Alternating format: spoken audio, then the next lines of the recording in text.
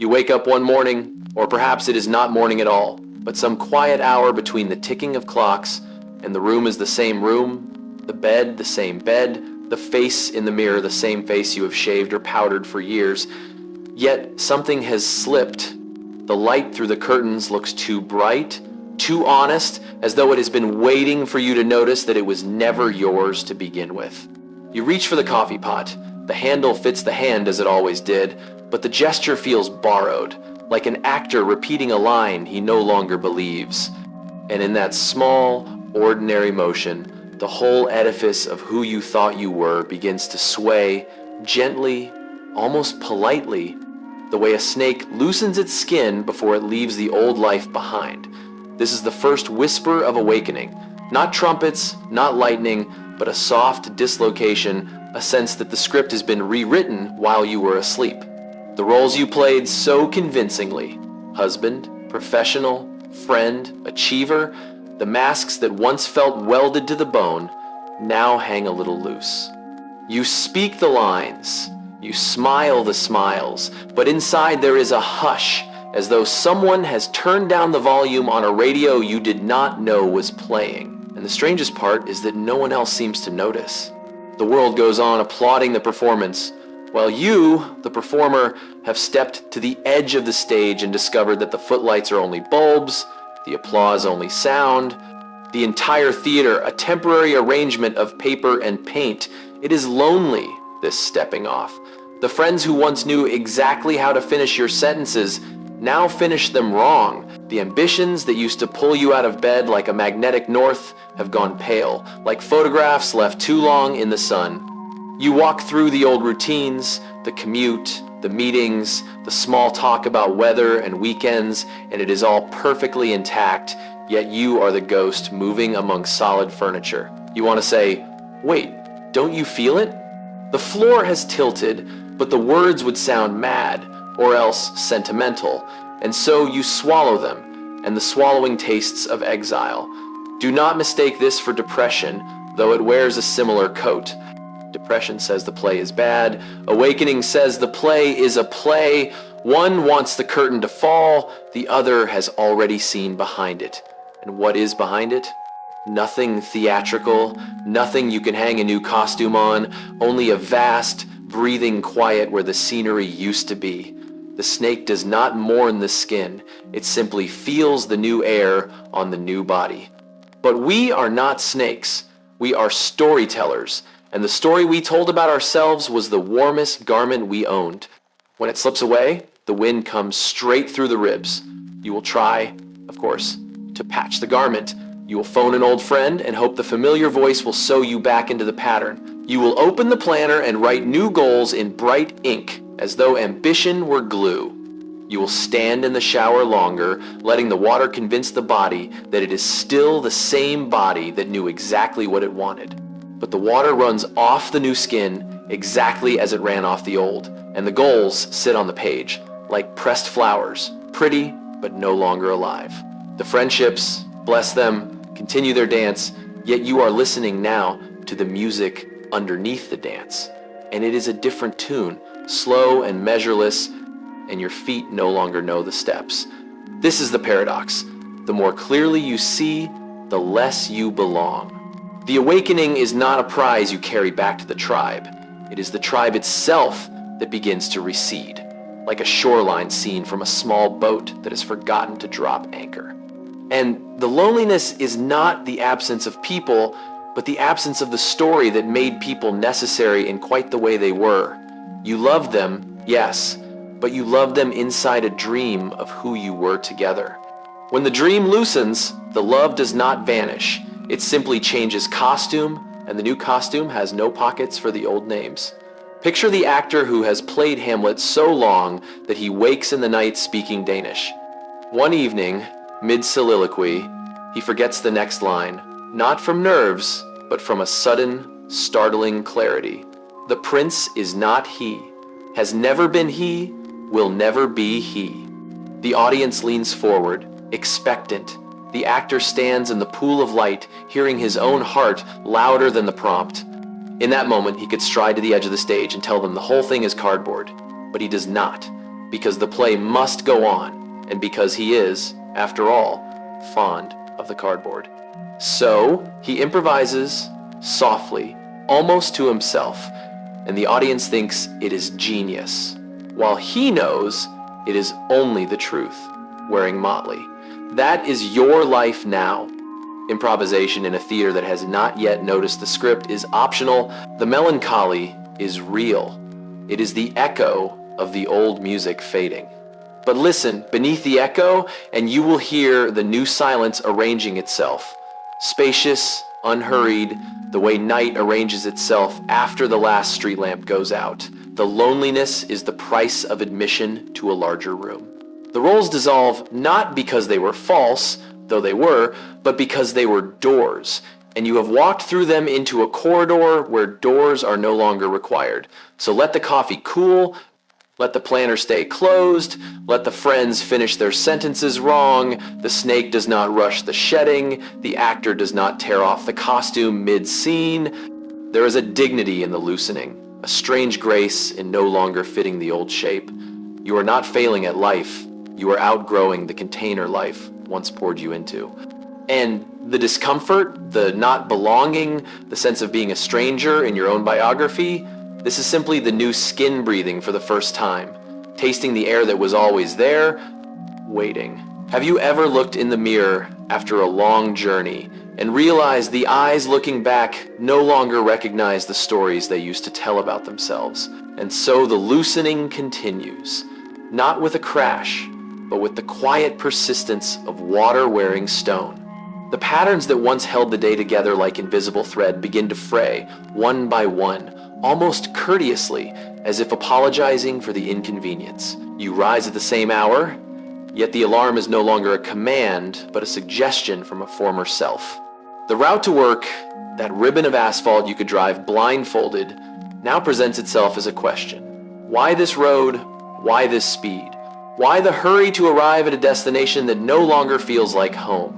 The pattern is still there, stitched into the muscle memory, but the stitch has pulled loose, and through the gap you glimpse the naked fabric of time.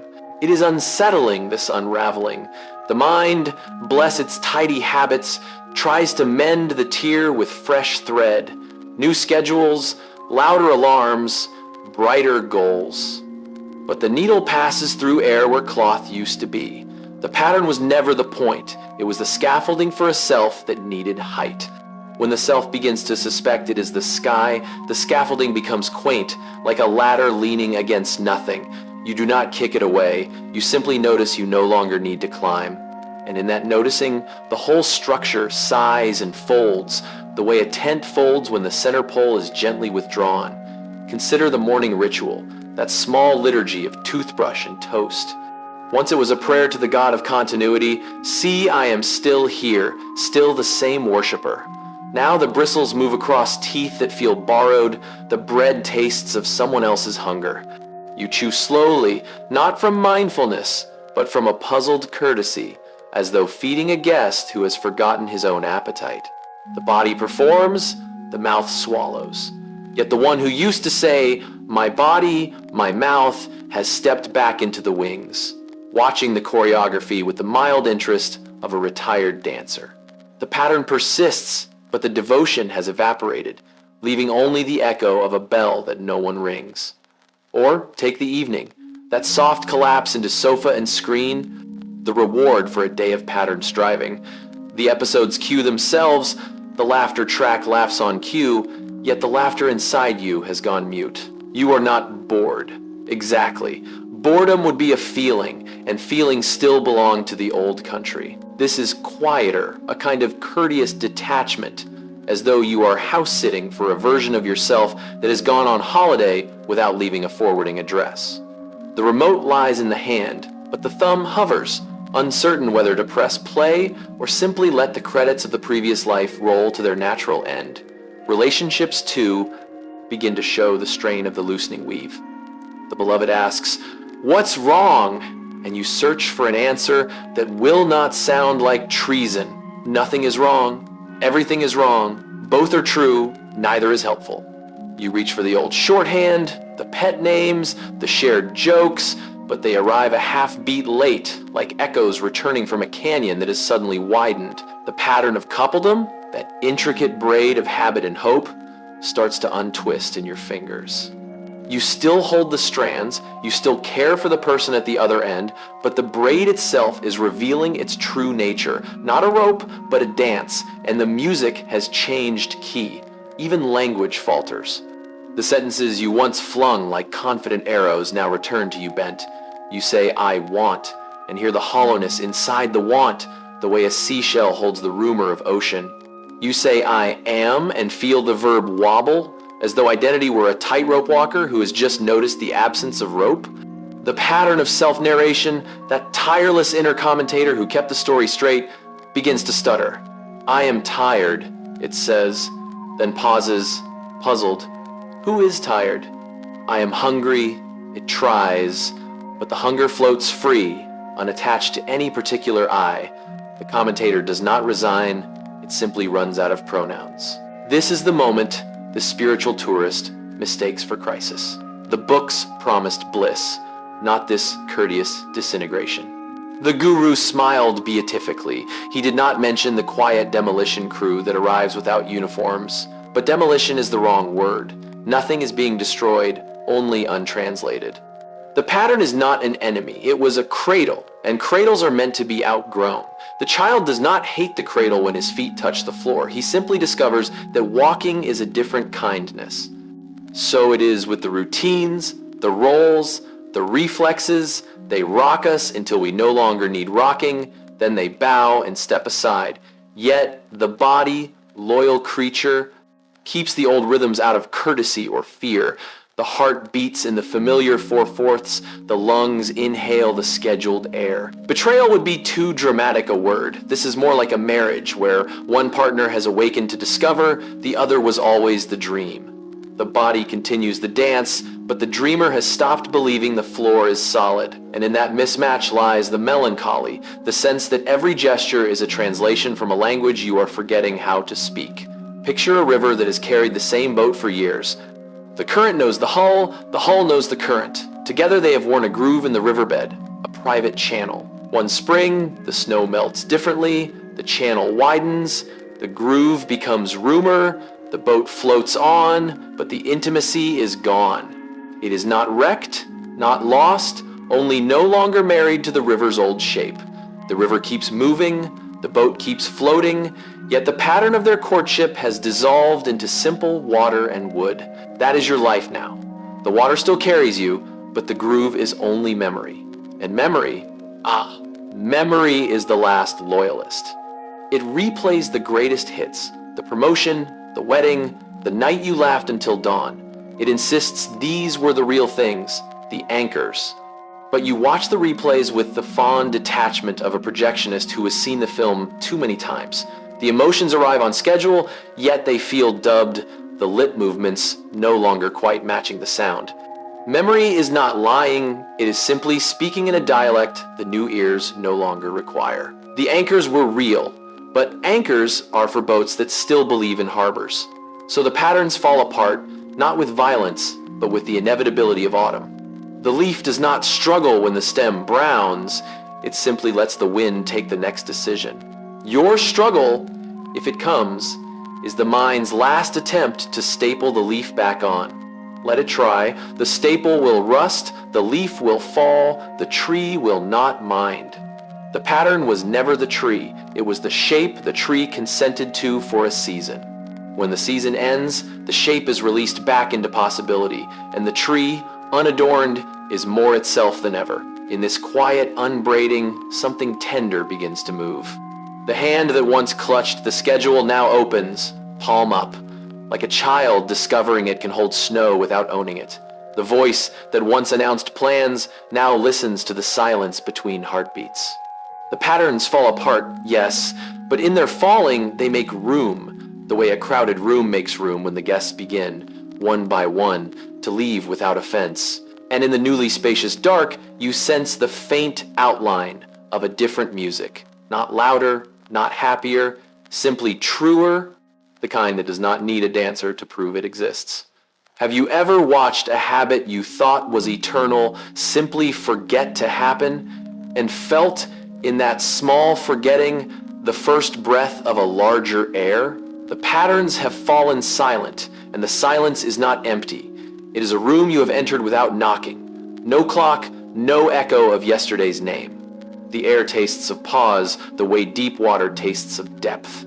You stand in the middle, barefoot on nothing, and the old voices, ambition, affection, explanation, have stepped outside for a smoke. Their absence is not cruel, it is courteous, the way night is courteous to the day it replaces. This is the quiet in between, the hush after the play ends and before the house lights rise. The actor stands center stage, costume half unbuttoned, hearing his own breath louder than applause. No one rushes to fill the gap.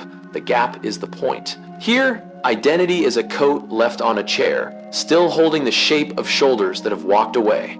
You can put it on again, but it will hang differently now, like a photograph of someone you used to babysit.